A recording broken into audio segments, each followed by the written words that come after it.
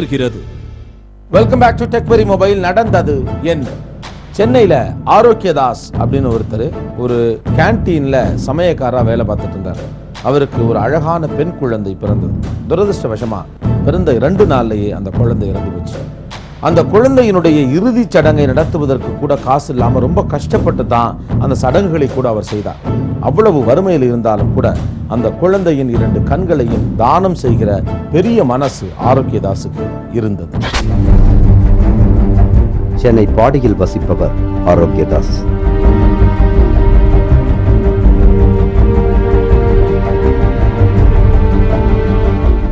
Canteen வேலையில் கிடைக்கும் குறைவான வருமானத்தை கொண்டு மனைவி மகனுடன் ஏழ்மையான வாழ்க்கை நடத்தி வருபவர்.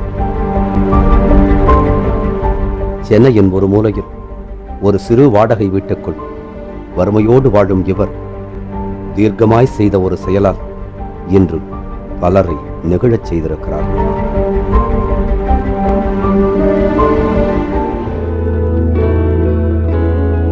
மகன் விஜய் லாரன்ஸ் பிறந்த 5 வருடங்களுக்கு பின் மீண்டும் கர்ப்பமாகி இருக்கிறார் இவரின் மனைவி. தனக்கு மகள் பிறக்கப் போகிறாள் என்ற எதிர்பார்ப்பிலும் சந்தோஷத்திலும் காத்திருந்திருக்கிறார் ஆரோக்கியதாஸ். 5 வருஷத்துக்கு அப்புறம் திரும்பவும் ஒய்ஃப் கர்ப்பமான இந்த சந்தோஷத்துக்கு நாங்கள் எல்லாம் சந்தோஷமாக இருந்தோம். பையன் ஒய்ஃபு எல்லாம் சந்தோஷமாக இருந்தோம். சரி, நம்ம ஒரு பொண்ணு கொடுத்தா நல்லா இருக்குமே, ஒரு பையன் ஒரு பொண்ணு இருந்து அந்த சந்தோஷம். என் ஒய்ஃபு என்னென்ன கேட்டாலும் எல்லாத்தையும் நான் அவளுக்கு மனசு நோன்னா எல்லாத்தையும் நான் வாங்கி கொடுத்தேன், எல்லாத்தையும் செஞ்சேன். பையனும் எல்லாம் சந்தோஷம், ரொம்ப சந்தோஷத்தில் இருந்தோம். முதல் குழந்தை சிசேரியன் மூலம் பிறந்ததால் மிகவும் கவனமுடன் மனைவியை கவனித்திருக்கிறார். தனியார் மருத்துவமனையில் பிரசவம் பார்க்கும் அளவுக்கு வசதி இல்லாததால் அரசு மருத்துவமனைக்கு அழைத்துச் சென்றிருக்கிறார். கவர்மெண்ட் ஹாஸ்பிட்டலில் கேஎம்சி தான் பார்த்துருந்தேன். ஏன்னா என் வருமானத்தை வச்சு ப்ரைவேட்டில் பார்க்க முடியல, கவர்மெண்ட் ஹாஸ்பிட்டல் தான் பார்க்க முடியுது. அப்புறம் என் ஒய்ஃபுக்கு வலி வந்து ஹாஸ்பிட்டலுக்கு போனப்போ இதுமாரி கொஞ்ச நேரம் வந்து நார்மல் டெலிவரி தான் பொண்ணு பிறந்தோடனே எனக்கு ரொம்ப சந்தோஷம் அளவே இல்லை, அந்த அளவில் இருந்தேன். மகள் பிறந்த செய்தி கேட்டு சந்தோஷப்பட்டவர் மகளை கண்ணாடி பெட்டிக்குள் வைத்திருப்பதை அறிந்து அதிர்ச்சி அடைந்திருக்கிறார். டாக்டர் நர்ஸுங்க குழந்தை எடுத்துட்டு கீழே வாங்க சார்னு சொன்னாங்க. கீழே வந்து பார்த்தா எங்கள் அக்கா வெளில இருந்தாங்க, ஹாஸ்பிட்டல் வெளில இருந்தாங்க. என்ன காரணம்னா குழந்தை ரொம்ப வெயிட்டு கம்மியாக இருக்குது, அதனால் வந்து கண்ணாடி பெட்டியில் வச்சுக்கணும்னு எங்கள் அக்கா சொன்னேன்.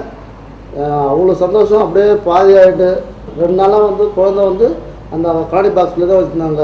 ஆனால் 2 நாளும் வந்து எங்களுக்கு தூக்கம் இல்லை, ஒன்றும் இல்லை. வெளியில் ஹாஸ்பிட்டல் கேஎம்சி ஹாஸ்பிட்டல் வெளியிலே படுத்து வந்து கொசு எல்லாம் படுத்து வந்தோம், நான் எங்கள் அக்கா எல்லாம்ட்டு. ஒரு நாள் கழித்து மெக்கானில் வந்து என்னை கூட்டாங்க. நான் உள்ளே போனப்போ இது மாதிரி டாக்டர் சொன்னாங்க, குழந்தை வந்து வீக்காக இருக்குப்பா, 2 முறை வேறு வலிப்பு வந்துருக்கு குழந்தைக்கு, இதே துடுப்பு வந்து கண்ட்ரோல் இல்லாமல் அடிக்குது, நீங்களே பாருங்கன்னு காட்டினாங்க. நானும் நேரில் போய் பார்த்தேன் கிட்ட குழந்தை. அதுக்கடுத்த பிறகு இதே துடுப்பு ஓவராக இருந்து எனக்கு மனசு ரொம்ப கஷ்டமாக இருந்து. எப்படியும் தங்கள் பிள்ளை தங்களுக்கு கிடைத்துவிடும் என எதிர்பார்த்திருந்தவர்களுக்கு ஏமாற்றமே மிஞ்சியிருக்கிறது. ஒரு 10 நிமிஷம் வச்சு கூட்டாங்க உள்ள, குழந்தை இறந்து போச்சு.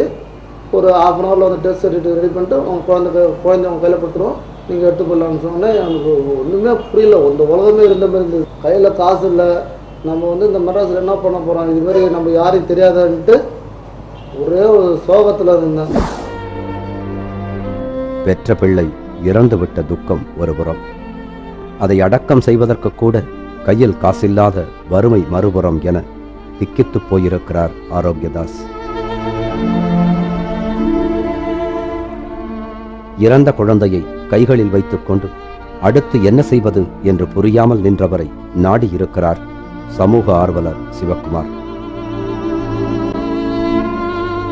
25/7/2011 மத்தியானம் 2:30 மணி அளவில் இந்த ஆரோக்கியதாஸ் அப்படின்னு சொல்லக்கூடிய அந்த நபருடைய குழந்தை வந்து ஒரு சின்ன ஒரு துணியில் பேக் பண்ணி முகம் கூட பொதிச்சு கையில் எடுத்து வரும்போது அவங்களுக்கு அது நல்லடக்கம் பண்ணுறது கூட அவங்களுக்கு கொஞ்சம் பண வசதி இல்லை, மிக வறுமையில் இருந்தோம். குழந்தைய வச்சுக்கிட்டு கழிச்சிருக்கும்போது சிவகுமார் சார் வந்தார். என்ன பார்த்துட்டு கேட்டார், சார் இது மாதிரி குழந்தை பஞ்சங்கள் ஆயிடுச்சுன்னா சரி ஏதாவது கண்டானம் பண்ணுற மாதிரி ஐடியா கண்ணு கேட்டார். எனக்கு அந்த விஷயத்தை காட்டினா ஏதோ ஒரு ஆறுதலாக போட்டுது.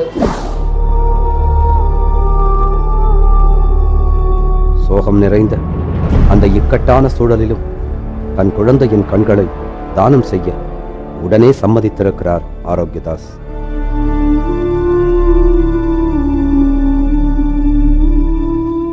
எந்தவித தடையின்றி ஆரோக்கியதாஸ் நான் கண்ணுக்கு கொடுக்குறேன், பார்வை கிடைக்கட்டும், மற்றவங்களை வந்து எனக்கு ஆட்சேபணம் இல்லைன்னு சொன்னிட்டு எனக்கு ரொம்ப இதாகி போச்சு. என் குழந்தை உடம்பு மண்ணுக்கு போனாலும் என் குழந்தையோட கண்களை வந்து இந்த உலகத்தை பார்க்க போகுதுங்கிற அந்த ஒரு ஆறுதலில் சரி எடுத்துங்க சார்னு சொல்லிட்டேன். குழந்தை இறந்த துக்கத்தில் சோகமும் இறுக்கமும் கலந்த அமைதியில் இருக்கிறது ஆரோக்கியதாஸின் வீடு.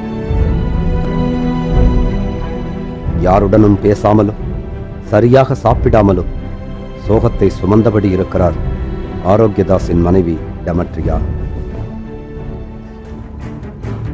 கண்தானம் செய்பவர்களின் எண்ணிக்கை குறைவாக இருக்கும் இக்காலகட்டத்தில் மகளின் இறுதி ஊர்வலத்திற்கே கஷ்டப்பட்டு பணம் புரட்டிய ஒருவர் தனது குழந்தையின் கண்களை தானம் செய்ய முன்வந்திருப்பது ஆச்சரியமான ஒன்று.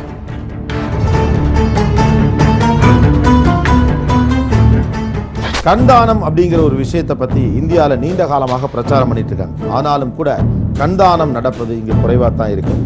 கண்தானம் கொடுக்க எல்லாருமே முன் வந்தால் இந்தியாவில் கண் பார்வையற்றவர்களே இல்லை அப்படிங்கிற ஒரு நிலையை உருவாக்கலாம் அப்படின்னு சொல்லப்படுது.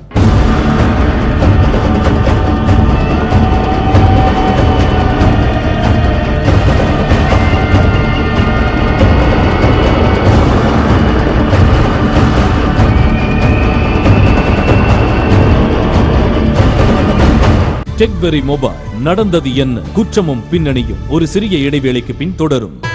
என் வாழ்க்கையை தியாகம் செய்யற அளவுக்கு நான் எடுத்த எல்லா முடிவுகளுமே என் குடும்பத்துக்காக மட்டும்தான். ஆனா இந்த கல்யாணத்தால என் மாமா